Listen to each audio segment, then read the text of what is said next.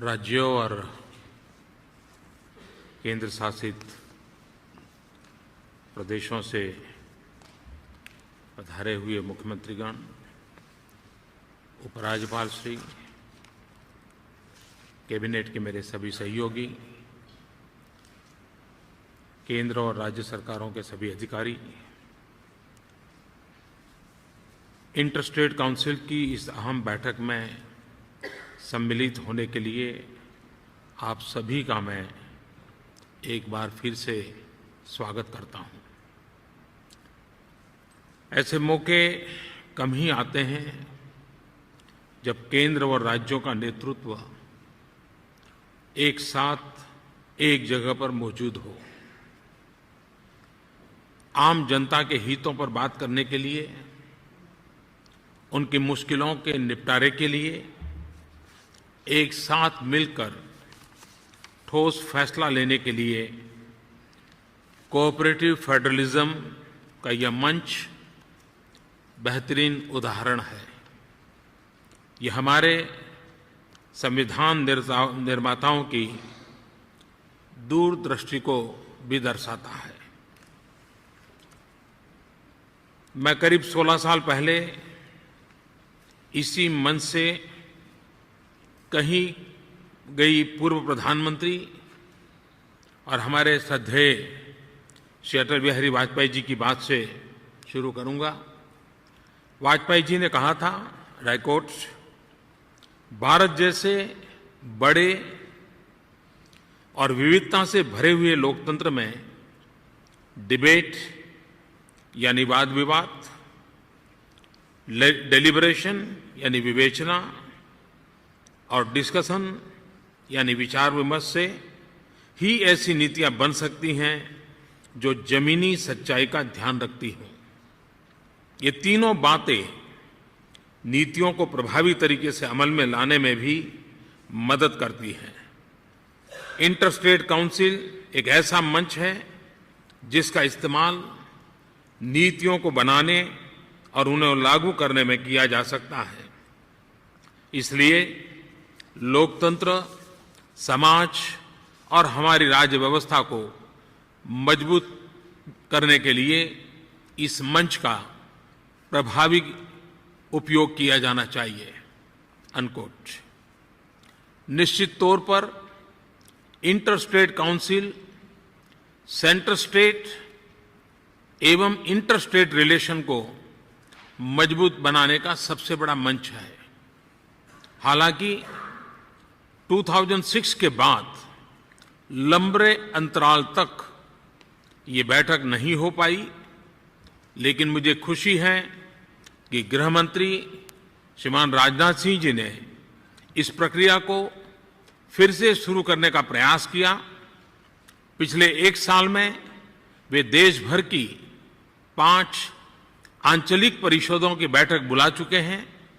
इस दौरान संवाद और संपर्क का सिलसिला बढ़ने का ही नतीजा है कि आज हम सभी यहां इकट्ठे हुए हैं।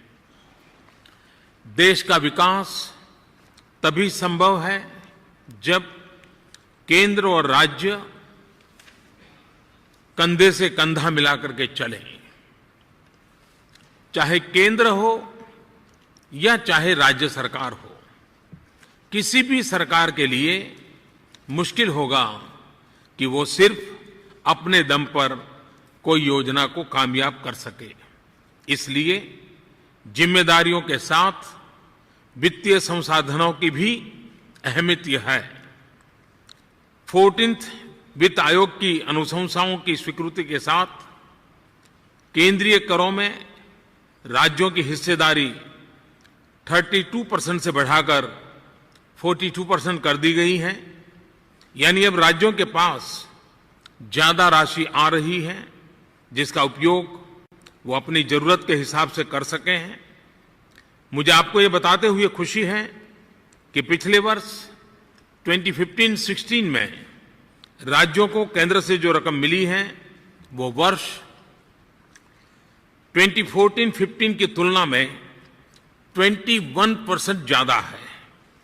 इस तरह पंचायतों और स्थानीय निकायों को 14th फाइनेंस कमीशन की अवधि में 2,78,000 करोड़ रुपए की रकम मिलेगी, जो पिछली बार से बहुत ज्यादा है।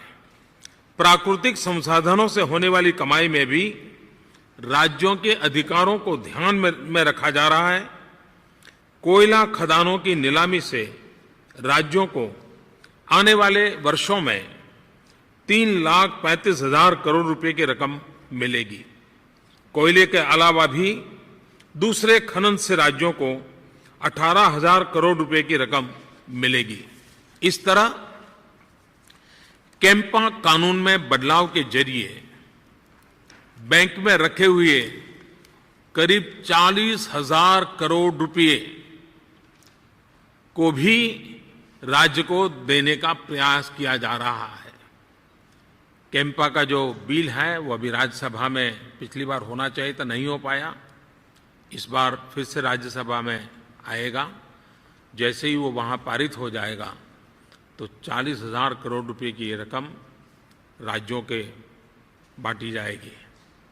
सिस्टम से में पारदर्शिता बढ़ने की वजह से जो रकम बच रही है उसे भी केंद्र सरकार आपके साथ साझा करना चाहती है।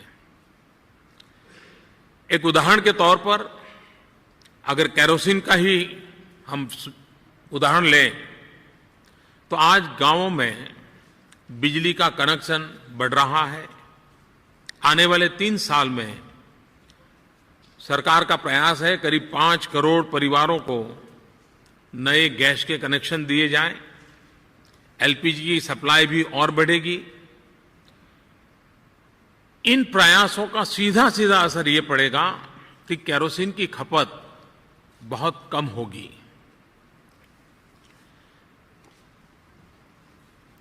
हाल ही में चंडीगढ़ प्रशासन ने चंडीगढ़ को केरोसिन की खपत से मुक्त किया। केरोसिन फ्री चंडीगढ़ बनाया। अब केंद्र सरकार ने एक योजना आपके सामने रखी है कि जैसे जैसे केरोसिन की खपत कम हो रही है, अगर उसको हम साइंटिफिक तरीके से कुछ काम करें और जरूरतमंदों को केरोसिन पहुंचाएं, इसके अगर व्यवस्था को हम सुदृढ़ करते हैं तो संभावना है कि बहुत बड़ी मात्रा में केरोसिन बच सकता है। केंद्र सरकार ने कहा है कि आज केरोसिन में सब्सिडी के नाते जो खर्च होता है, अगर ये केरोसिन बचाया जाएगा तो 75% ये जो बचत होगी वो राज्यों को शेयर कर दी जाएगी। मैं कर्नाटक सरकार को बधाई देता हूं कि उन्होंने इस विषय में काफी पहल की, बड़ी तेजी दिखाई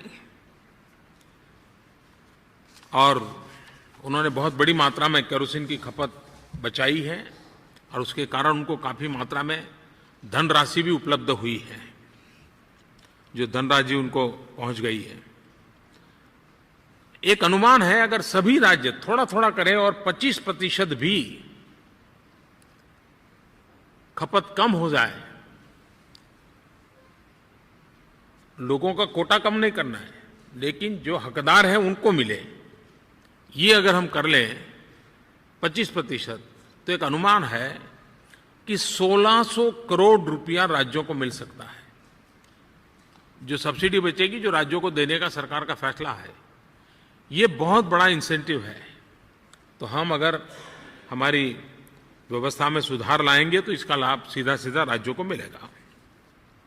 inter state council centre state relation के साथ ही उन विषयों पर भी चर्चा का मंच है जो देश की बड़ी आबादी से जुड़े हुए हैं। कैसे नीति निर्धारण के स्तर पर इन मुद्दों को सुलझाने के लिए एक राय बनाई जा सकती है, कैसे एक दूसरे से परस्पर जुड़े विषयों को सुलझाया जा सकता है। इसलिए इस बार इंटर स्टेट काउंसिल में पुंछी कमीशन की रिपोर्ट के साथ ही 3 और अहम विषयों को भी चर्चा के लिए प्रस्तुत किया गया है। उसमें एक है आधार। हम सब जानते हैं कि संसद में आधार एक्ट 2016 अब पास हो चुका है। इस एक्ट के पास होने के बाद अब हमें सब्सिडी हो या फिर तमाम दूसरी सुविधाएं हो, डायरेक्ट कैश ट्रांसफर के लिए आधार के प्रयोग की सुविधा अब हमें प्राप्त हुई है। 128 करोड़ की आबादी वाले हमारे देश में अब तक 102 करोड़ लोगों का आधार कार्ड बांटे जा चुके हैं। यानी अब देश की 79% जनसंख्या के पास आधार कार्ड है। और उसमें भी अगर हम एडल्ट्स को सोचें, वयस्कों की बात करें, तो देश के 96% नागरिकों के पास आधार कार्ड है। आप सभी के समर्थन से इस साल के अंत तक हम देश के हर नागरिक को आधार कार्ड से जोड़ पाएंगे। और मैं इसके लिए मुख्यमंत्रियों का, राज्य सरकारों का भी आभार व्यक्त करता हूं कि इस काम में उन्होंने काफी तेजी लाई है और काफी बल दिया है, और उसके कारण ये संभव हुआ है। आज की तारीख में एक साधारण सा आधार कार्ड लोगों के सशक्तिकरण का प्रतीक बना है। सरकारी मदद या सब्सिडी पर जिस व्यक्ति का अधिकार है, अब उसे ही इसका फायदा मिल रहा है। पैसा सीधा उसी के खाते में जा रहा है। इससे पारदर्शिता तो आई ही है, हजारों करोड़ रुपयों की बचत भी हो रही है, जो रुपये विकास के काम में खर्च हो पा रहे हैं। बाबा साहब आम्बेडकर जी ने लिखा था कि भारत जैसे देश में सामाजिक सुधार का मार्ग उतना ही मुश्किल है, उतनी ही अड़चनों से भरा हुआ है जितना स्वर्ग जाने का मार्ग। जब आप सामाजिक सुधार की सोचते हैं तो आपको दोस्त कम, आलोचक ज्यादा मिलते हैं। अनकोट। आज भी बाबा साहब आम्बेडकर की लिखी ये बातें उतनी ही प्रासंगिक है। इसलिए आलोचनाओं से बचते हुए हमें एक दूसरे के साथ सहयोग करते हुए सामाजिक सुधार की योजनाओं को आगे बढ़ाने पर जोर देना होगा। इनमें से बहुत सी योजनाओं की रूपरेखा नीति आयोग में मुख्यमंत्री को ही सब ग्रुप के द्वारा तय हुई और उन्हीं को लागू करने का पूरा प्रयास किया गया। इंटर स्टेट काउंसिल में जिस एक और अहम विषय पर चर्चा होनी है वह है शिक्षा। भारत की सबसे बड़ी ताकत हमारी युवा शक्ति है, हमारे नौजवान हैं। 30 करोड़ से ज्यादा बच्चे अभी स्कूल जाने वाली उम्र में हैं। इसलिए हमारे देश में आने वाले कई सालों तक दुनिया को स्किल मैन पावर देने की क्षमता है। केंद्र और राज्यों को मिलकर बच्चों को शिक्षा का ऐसा माहौल देना होगा जिसमें वे आज की जरूरत के हिसाब से खुद को तैयार कर सकें, अपने हुनर का विकास कर सकें। पंडित दीनदयाल उपाध्याय जी के शब्दों में अगर कहें तो शिक्षा एक निवेश है। हम पेड़ पौधों को लगाते समय उनसे कोई फीस नहीं लेते। हमें पता होता है कि यह पेड़ पौधे आगे जाकर हमें ऑक्सीजन देंगे, पर्यावरण की मदद करेंगे, जीवन की आवश्यकताओं को पूर्ण करेंगे। उसी तरह शिक्षा भी एक निवेश है जिसका लाभ समाज को निरंतर मिलता रहता है। पंडित दीनदयाल उपाध्याय जी ने ये बातें 1965 में कही थी। तब से लेकर के आज तक हम शिक्षा की दृष्टि से बहुत लंबा सफर तय कर चुके हैं, लेकिन अब भी शिक्षा के स्तर को लेकर बहुत कुछ करने की आवश्यकता है। हमारी शिक्षा व्यवस्था से बच्चे वास्तव में कितने शिक्षित हो रहे हैं, इसे भी हमें अपनी चर्चा में जरूर मेंशन करना चाहिए। इसलिए बच्चों में शिक्षा का स्तर सुधारने का सबसे बड़ा तरीका है कि उन्हें शिक्षा के उद्देश्य भी समझाए जाएं। सिर्फ स्कूल जाना ही पढ़ाई नहीं है। पढ़ाई ऐसी होनी चाहिए जो बच्चों को जिज्ञासा जगाएं, क्यूरियोसिटी पैदा करे, सवाल पूछने की आदत बनाएं। एक जिज्ञासा के माध्यम से वो जीवन के हर मोड़ पर कुछ न कुछ नया सीखने के तरीके ढूंढता रहे, उसकी प्रेरणा मिले। स्वामी विवेकानंद जी ने भी कहा था कि शिक्षा का अर्थ सिर्फ किताबी ज्ञान पाना नहीं है। शिक्षा का मकसद है चरित्र का निर्माण। शिक्षा का मतलब है मस्तिष्क को मजबूत करना, अपनी बौद्धिक शक्ति को बढ़ाना, ताकि खुद के पैरों पर खड़ा हो सके।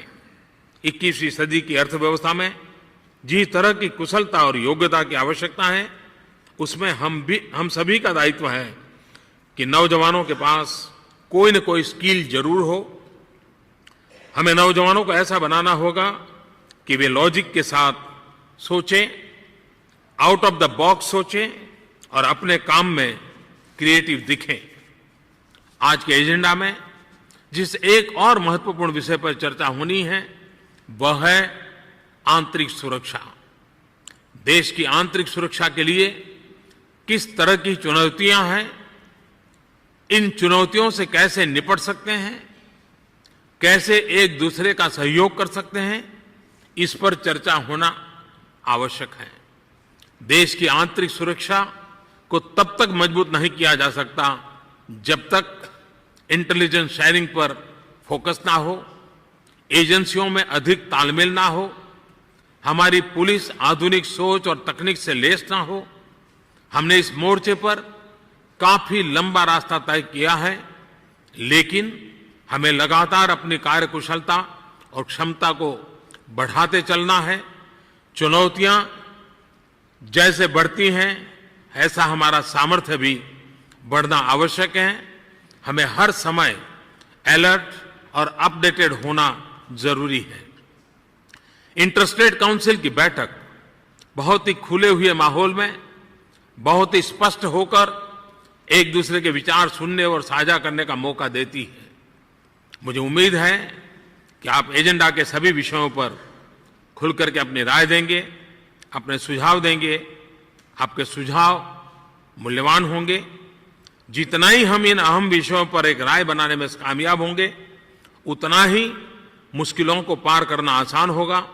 इस प्रक्रिया में हम न सिर्फ कोऑपरेटिव फेडरलिज्म की स्पिरिट और केंद्र राज्य रिश्तों को मजबूत करेंगे, बल्कि देश के नागरिकों को बेहतर भविष्य को भी सुनिश्चित करेंगे। बहुत बहुत धन्यवाद।